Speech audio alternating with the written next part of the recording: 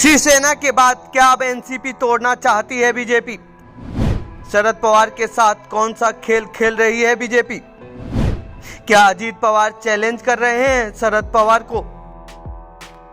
महाराष्ट्र में एक बार फिर सियासी हलचल तेज हो गई है। एक बार फिर अजीत पवार शरद पवार की पावर को चुनौती देते हुए नजर आ रहे हैं। एक बार फिर उनकी देवेंद्र फडणवीस से बातचीत शुरू हो चुकी है, जिसके बाद अब विधायकों को जुटाने का काम भी शुरू हो चुका है।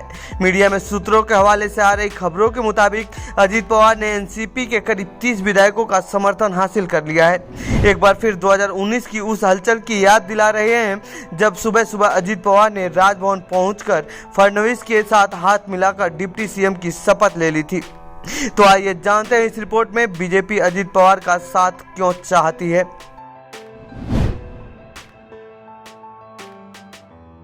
दरअसल एकनाथ शिंदे की तरह ही बीजेपी चाहती है कि अजीत पवार भी बीजेपी के साथ आ जाए। इसके पीछे सबसे बड़ी वजह है आने वाला साल 2024 का लोकसभा चुनाव। इस चुनाव में बीजेपी हर पैंतरा आजमाना चाहती है जिससे उसकी जीत सुनिश्चित हो सके, क्योंकि महाराष्ट्र में लोकसभा की 48 सीटें हैं। पिछले चुनाव में बीजेपी को 23, शिवसेना को 18, एनसीपी को 4 और कांग्रेस को महज 1 सीट मिली थी। अब ऐसे में अगर एनसीपी के ज्यादातर विधायक या पूरी एनसीपी ही बीजेपी के साथ आ जाती है तो 2024 के चुनाव में बीजेपी के लिए ये महाराष्ट्र में जीत का बड़ा फैक्टर हो सकता है।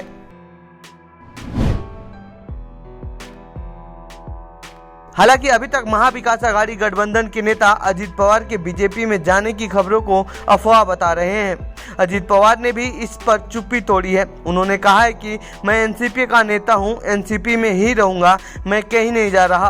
तो वहीं संजय राउत ने भी इस मामले पर बयान दिया है। सुनिए उन्होंने क्या कुछ कहा है। मेरी जानकारी है इस प्रकार की ये सब अफवाहें हैं। अजीत पवार हमारे महाविकास आघाड़ी के शीर्ष नेता है, महत्वपूर्ण नेता है, लीडर ऑफ अपोजिशन है।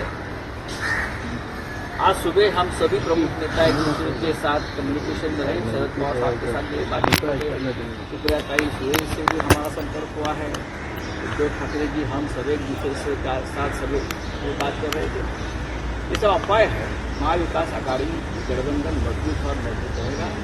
अजीत दादा पवार के बारे में इस प्रकार की अफवाह और इस प्रकार की बातें फैला कर अगर किसी को लगता होगा कि यह महाविकास आघाड़ी कमजोर है तो ये गलत नहीं है। सर, कल एक कार्यक्रम था जिसमें अजीत दादा को जाना था पुणे, लेकिन वो न जाके यहाँ पे ऑफिस में बैठे रह गए। तो क्या हो गया? Ajit Dada Pawar leader of opposition, ऐसे बहुत से लोगों के प्रोग्राम कैंसिल होते थे। प्रधानमंत्री के कैंसिल होते हैं, मुख्यमंत्री के कैंसिल होते हैं, डिप्टी सीएम के कैंसिल होते हैं। तो उसकी सीरियस लेने की क्या बात है? उनका निर्णय होता है, उनका पार्टी का निर्णय होगा। तो ये थी महाराष्ट्र की सियासी हंगामे पर हमारी रिपोर्ट। आपको कैसी लगी यह रिपोर्ट कमेंट बॉक्स में बताएं। बाकी देश दुनिया की खबरों के लिए बने रहिए जनसत्ता के साथ। धन्यवाद।